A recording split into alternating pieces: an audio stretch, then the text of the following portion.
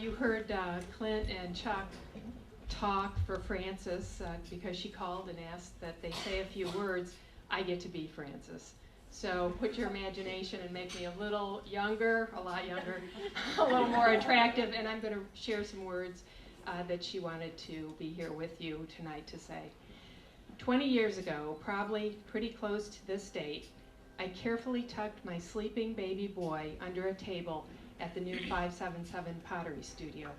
Edith Franklin had just commanded me to put that baby down and make a pot.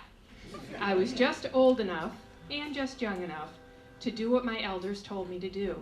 Turns out, I made several lovely little pinch pot bowls that have been used over the last 20 years for baby cereal, teenage cereal, and now grown-up bowls of healthy yogurt.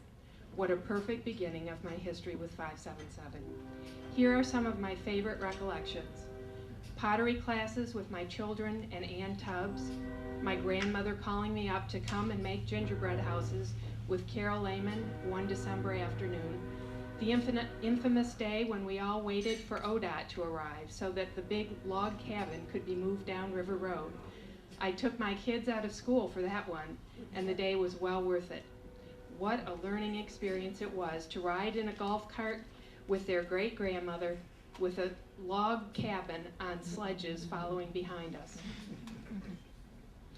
The great first fiber workshop held in 1992 for 2 days in the new book center, fabric scraps and sewing machines whirring all day long. And this year, the first fiber art show with 600 people in attendance.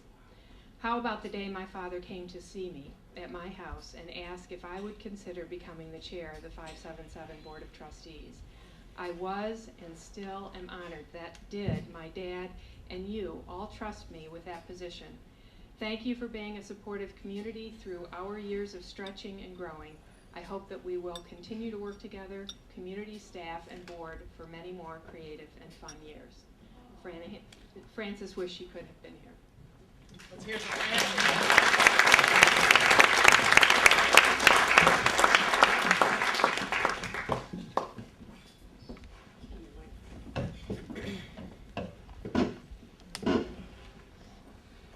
Barry, on behalf of the VFW members of 6170 Perrysburg, I would like to donate this American flag to the 577 Foundation. And if you recall, the flag that is standing there now was donated by Perrysburg Post 28 American Legion. And this one is donated by the VFW. And you can put on it the same as what, just change the post number. And one thing I'd like to say, the only bad memory I have about Mary, working for her, is that one time she was going to have a meeting in a small house, and the drain was plugged up downstairs. And she says, whatever you do, don't stink the place up. Well, somehow I forgot all about it, and I thought the meeting was supposed to be the next day. I went to Mills and got some Drano and put down in it, and boy, you talk about something. Yeah. But that's the only words that we ever had. One other thing I would say, when she first started this, well, before she started it, she knew I was going to Cape Cod. And there was a place in Yarmouth, Massachusetts, that she copied this off of.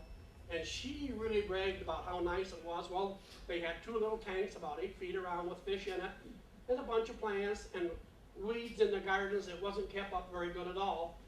And when she said she was going to start this, well, I thought this is what was going to look like.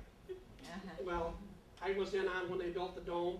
If you recall, Bob Smith and I and Edith and everybody that worked there at the time, we were putting that liner in that fish. And we had everybody standing all the way around with clothespins. That's what it was. It was a rubber lining that we folded over, and we had a heck of a time stretching it, but we finally got it done. And there's a lot of things there that still stand, like the bird house and the cabinets and stuff that's in the pottery barn. Myself and the late Leroy Lichler, we built a lot of that. And the first year I was there, Leroy and I painted all of those buildings, and my son-in-law got up on the roof and was gonna pave the big chimney. He leaned against the chimney went down, and we grabbed him by the feet so he wouldn't go down. Was you there, Dinner? I wasn't, no. Mary, you've done a great job, and I want to thank you for inviting me and my wife, and I think everybody's had a good time, and thank you very much. Thanks, John. Did, thank you. We miss you tremendously. We wish you could be with us tomorrow and the future, but we will live on. And thank you all for coming tonight. Goodbye.